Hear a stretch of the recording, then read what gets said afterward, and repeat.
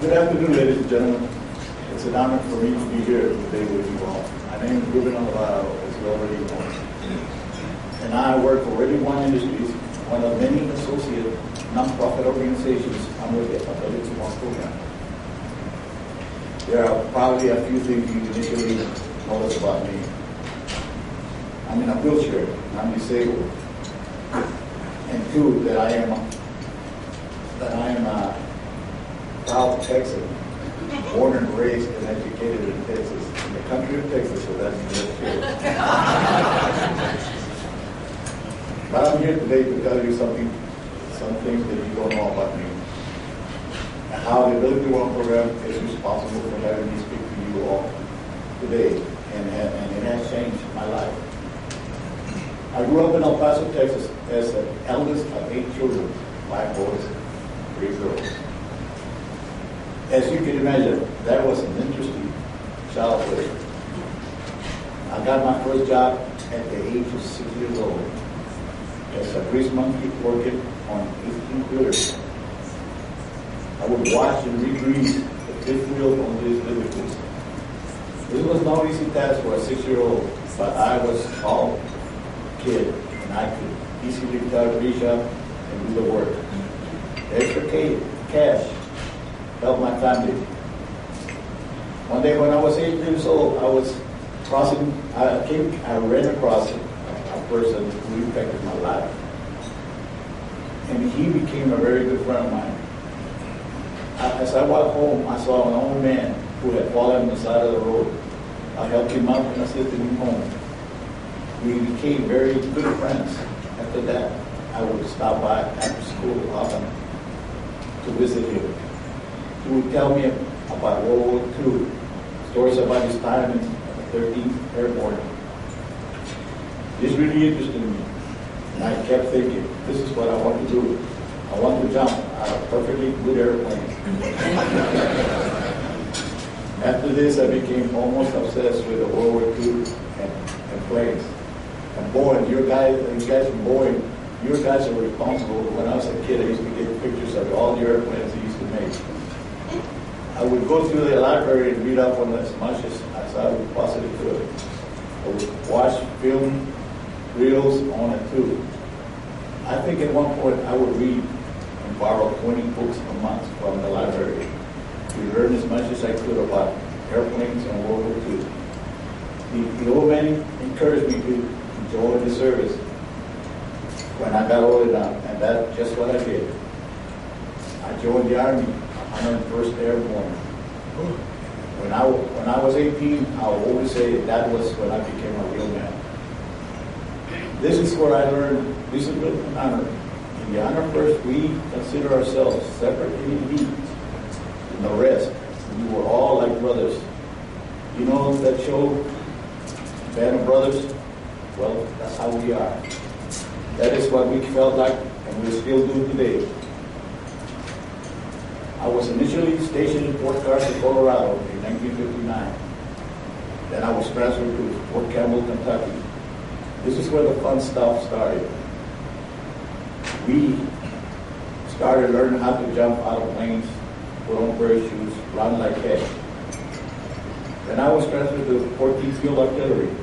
I learned how to use a howitzer, a 155 howitzer. It was during this time I got my orders to go to Germany to fill a slot in another artillery unit.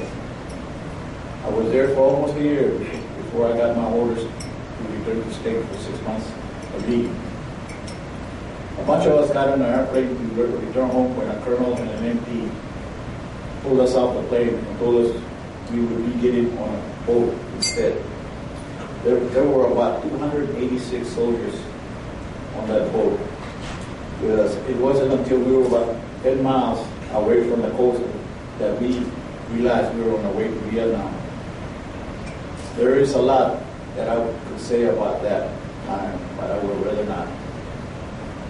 All I can say is that when I left Vietnam, I was happy to be home.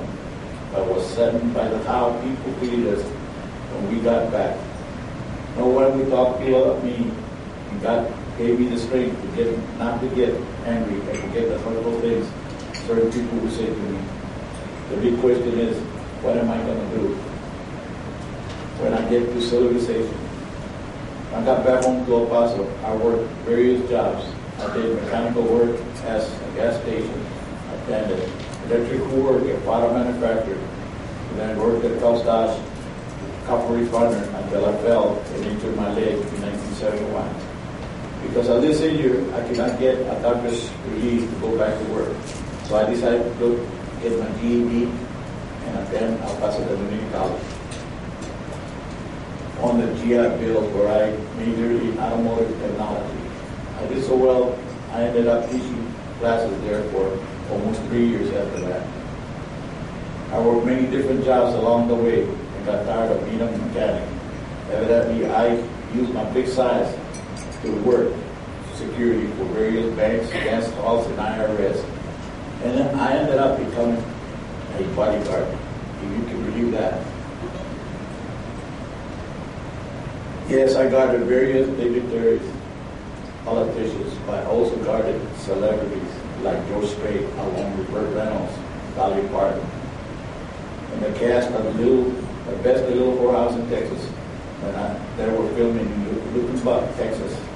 Almost, I must say though, that my favorite person I worked for was Willie Nelson. I used to head his security when he was in town in Austin. My life was definitely interesting, but it became interesting in different ways when I discovered I had diabetes. In 1996, I did the same mistake she did. This evidently led me to get a bad case of pancreatitis in my one foot, which left me in the hospital for almost 6 months. Under treatment and surgery to save my foot, I got laid off from my security jobs at the Texas Lottery and IRS because of this injury. Once I was healthy and able to work again, I discovered that I couldn't work full time because I could not stand for a long period of time due to my disability. Evidently, I lost an eye due to my diabetes as well. After that, I had multiple disabilities. It was hard for me to find jobs at all. I found myself unemployed and my health was deteriorating. About 2 years after I lost my eye, I was diagnosed with charcoal disease. It's something of the bone and cartilage in my feet, which left me wheelbound. This made it impossible for me to find work. I was a wheelbound vet with one good eye, and I soon found out that no one would really take chances on me. I was unemployed for more than 8 years and was severely depressed during this time. I don't really believe in the word depressed, but I felt useless and hopeless. I barely left my house because I couldn't drive, and I felt bad, dependent on others to cart me around. I did a lot of reading during the 8 years, and I was unemployed. Things like looked pretty bleak for me until one day in 2004, a friend at church told me about Texas rehabilitation industry, how they would help people with disabilities, and got employment. They gave me some training and placed me with ReadyOne Industries, a company under ReadyOne program, which provides unemployment opportunities for people who are severely disabled. I don't know if places like this ever existed. When I first started working in ReadyOne, I was very concerned that I wouldn't be productive enough for that job. However, soon after I began to work in the ReadyOne, I felt like I was useful and responsible for my own life at the end because of my job. I had quite a few different jobs in the 4 years at ReadyOne. The first I had inspected zippers for effects and various clothing for uniforms for our servicemen. I would do things such as tying knots on the end of their zippers. But sometimes that was difficult for me to do because of my hands. We get tired. I then started inspecting and separating the felt needed for the insignias of military jackets. If any of you are familiar with Just List chemical vial suits, which was used in the initial invasion in Iraq, I now work on barrier stepping bags. operation of that suit. It's almost if my stamp is approved on this uniform, which protects the servicemen and women, or at least I like to feel that way. Because AbilityOne program, Americans with Disabilities like me, have produced more than 5 million of the just chemical biosuits. We have also made more than 500,000 of the individual Army first aid kits that are issued to the deployed troops. We also support Special Forces by producing 100% of the requirement for a cold weather clothing system which can be operated in climates 30 below zero. I can honestly say that I feel I am serving my country again. I'm doing my part and proud that I have a little something to do with the uniforms that leave the warehouse. I'm proud to work for the ReadyOne program. And along with some of the bravest people with the greatest integrity I have ever known. It's not easy for us to come to work every day, but we do it proudly. There are many challenges that people with disability face, such as everyday events like getting up and going to work. But we do what we need to do to contribute to society and bring home money for our families. Through the ReadyOne program, there are more than 45,000 Americans like myself who will not be employed if this program did not exist. It is the largest source of employment for people who are blind and have severe disabilities in the United States. With over 6,000 nonprofit organizations such as ReadyOne has been providing quality products and services to the federal government for almost 70 years. I love my job, and I love this country and the company I work with, and I'm 67 years old. I've seen a lot of people who retired around my age, then died shortly after because they weren't busy anymore and became inactive. Because of the ReadyOne program, my job at ReadyOne, my life is better, and I am once again active. I would say it is being food for the mind. At ReadyOne, we have great benefits, including insurance and their on-site medical staff. ReadyOne goes out of their way to make it easy for us to do our job and to provide a great work environment. Little things like lowering the tables height, lighting, are taken into account for the people like myself to do our job better.